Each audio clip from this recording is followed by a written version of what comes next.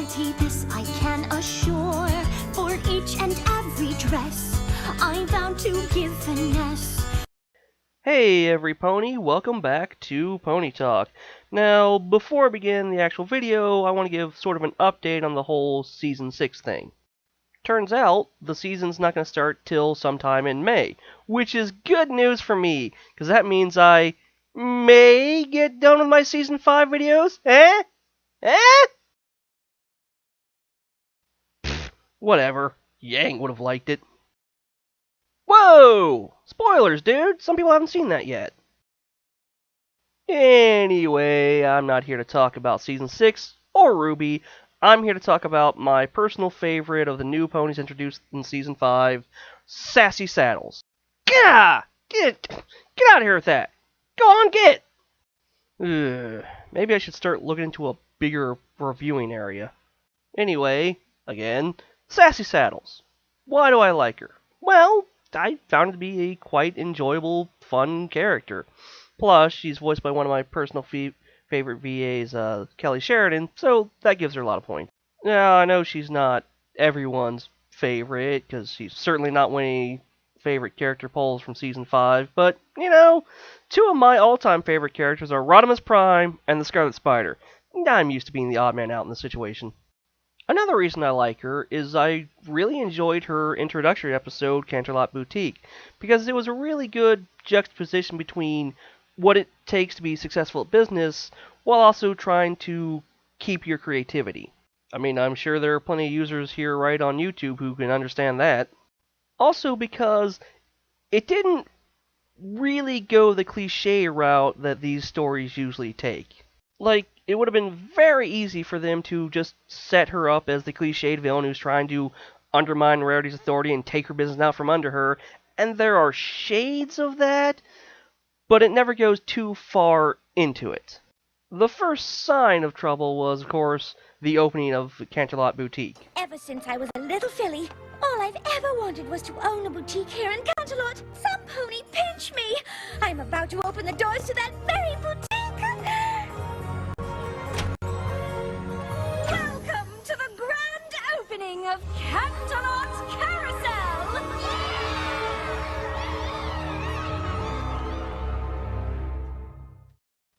By the way, I love that look on Rarity's face. You can tell exactly what she's thinking right there. I will end you.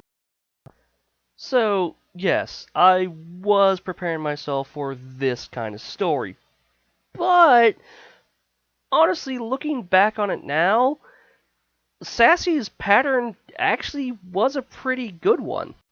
I mean, it was helping Canterlot Boutique to have a successful start. There's just one big flaw in it.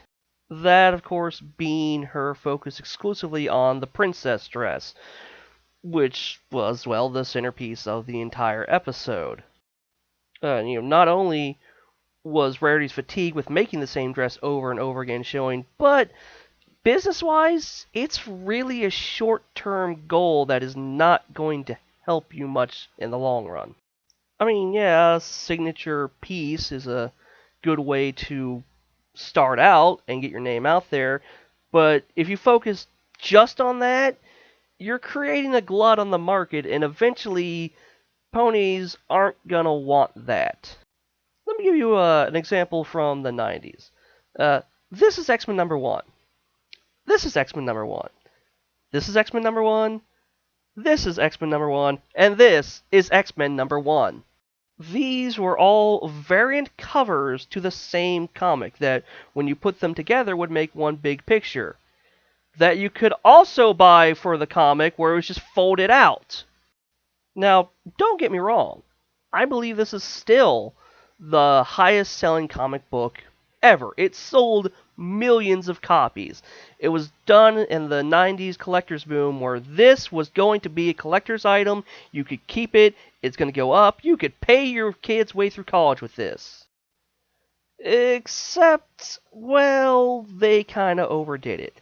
All those 5 covers there, I have all 5 of those. I bought them from a Toys R Us pack. This collector's edition comic book is now littering 50-cent bins. In fact, there's so many of them, someone made a toilet out of copies of it, or at least covered a toilet, and there are still probably millions more out there. I bet you could wallpaper a house with copies of X-Men #1 and still have a ton left over. And that is what Sassy was doing with the princess dress. It was a short-term goal, short-term success. There was no way this momentum was going to keep up, because eventually every pony in Canterlot was going to have one, and then no one would want any. Which, by the way, what does that say about the ponies of Canterlot, that they only wanted this dress, and when Rarity tried to make a different one, it was shut down? They're just really kind of superficial up there, aren't they? But the distress caused by making that dress is what led to friction between Rarity and Sassy, and led to Sassy's moral event horizon with this bit. Sassy Saddles boutique succeeds! Which, of course, is when Rarity finally hit her breaking point and decided she's closing the shop, she's not doing this anymore. Which then led to a very revealing line from Sassy. Worked too hard to make this a success! I can't be a part of another failed boutique! That line right there is when I really started to like her, because there's so much potential for future stories in that line alone. How many boutiques was she a part of that failed? Why did they fail? Was her adherence to the pattern the reason they failed, or was their failure the reason she sticks so closely to the pattern? I've read at least one fanfic about that, and I'm sure there's plenty more, and I really hope that in Season 6 they come back and revisit this. But it showed that no matter what, she did want Canterlot Boutique to succeed, whether for Rarity's sake or her own sake. She just was going about it the wrong way. Which I think is when people say she was redeemed in that episode, it's a little harsh. She was just misguided and saw the error of her ways. Especially since her first action when she saw how well everything was doing was to realize her mistake and try to leave, but thankfully Rarity stopped her, and I really think she could become a really interesting recurring character if they decide to come back to her. Heck, I was pleasantly surprised to see her pop right back up in Rarity Investigates, and that we got a scene like this. Rarity, you could sweet talk a filly out of candy. Oh, it was nothing. No pony minds a compliment. It shows that there really aren't any hard feelings, and it does seem like she and Rarity are on better terms, and that she really is running the Canterlot Boutique by the rules of Rarity. So, that's why I like her. Her introductory episode was done really well, it had a good conflict, and showed that you can do stories with these types of characters without making them completely greedy and evil. Sometimes that's how it is. It's not always a bad thing to try to get ahead in life.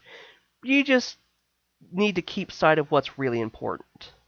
Plus, she does have a really good, eye-catching, unique design, and I love her little expressions. Bobbins and bodkins, Rarity! Like a lot of things on this show, that really should annoy me, because that's been done way worse and more annoying in the past, but I don't know, the way she delivers these lines is just really adorable and charming. Plus it could be my weakness for redheads that make me really like her. So, those are my opinions on Sassy Saddles and why she's my favorite new character of Season 5. What do you all out there think? Do you like her?